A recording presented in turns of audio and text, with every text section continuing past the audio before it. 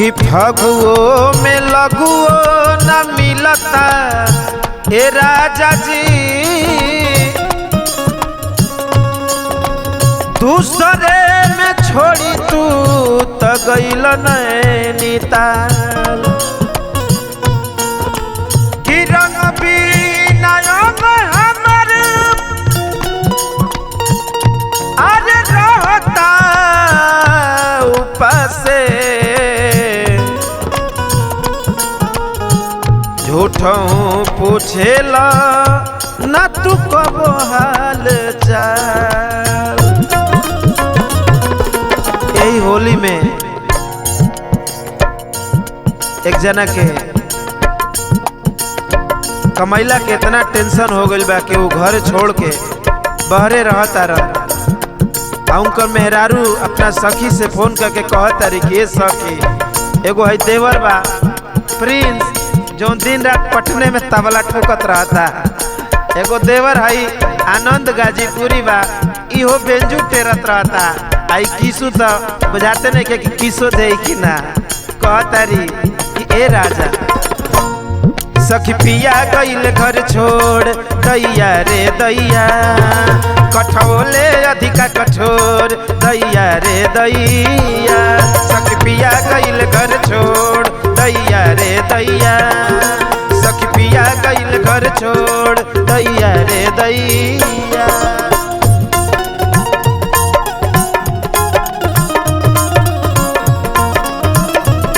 ए राजा जी होली में आ जाए रहुआ के तरह कोई अपना दिल के दर्द।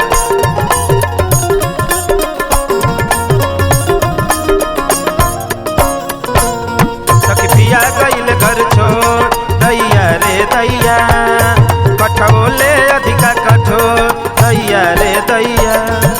कहतारी दिन रात रहतिया जोही मुअना भइल निरमोही, दिन रात रहतिया जोही मुअना भइल निरमोही। ए राजा कि रोजे पुरुआ ए राजा जी, ए राजा जी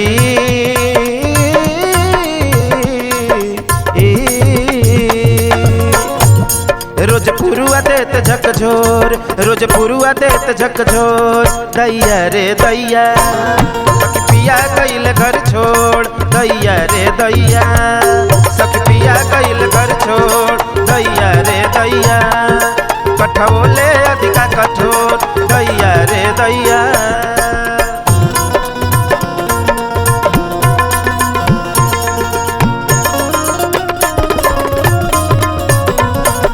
ए राजा जी चल आई यही होली में चल आई, जाड़ा तो उतनी बिता देनी लेकिन होलियों में तो चल आई। सबकर बलमुआ घरे आ गइल बन रहू आई।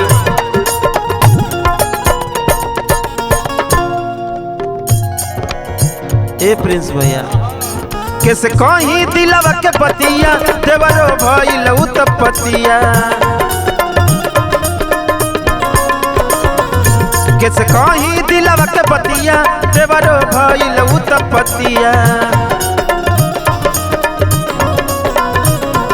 रही ताकते राजा जी ए राजा जी ए राजा जी, रही ताकते हो जाला भोर दैया रे दैया, रही तकले हो जाला भोर दैया रे दैया। सखी पिया गइल घर छोड़ दैया रे दैया, सखी पिया गइल घर छोड़ दैया रे दैया।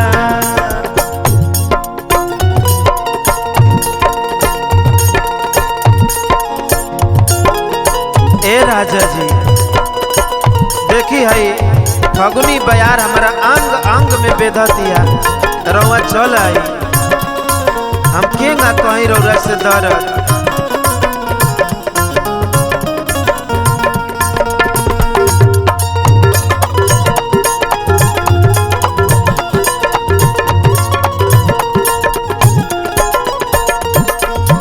अंतिम बात कहती है कि राजा जी इतना दुख पीड़ा सहल नहीं के जात, कैसे हम कहीं।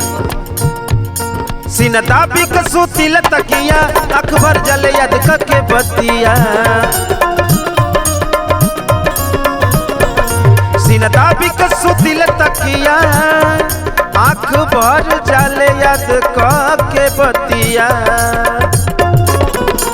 विदेशी मनवा कदी हले थोर, दैया रे दैया कठोले अधिका कठोर, दैया रे दैया सखी पिया गइल घर छोड़, दैया रे दैया कठोले अधिका कठोर।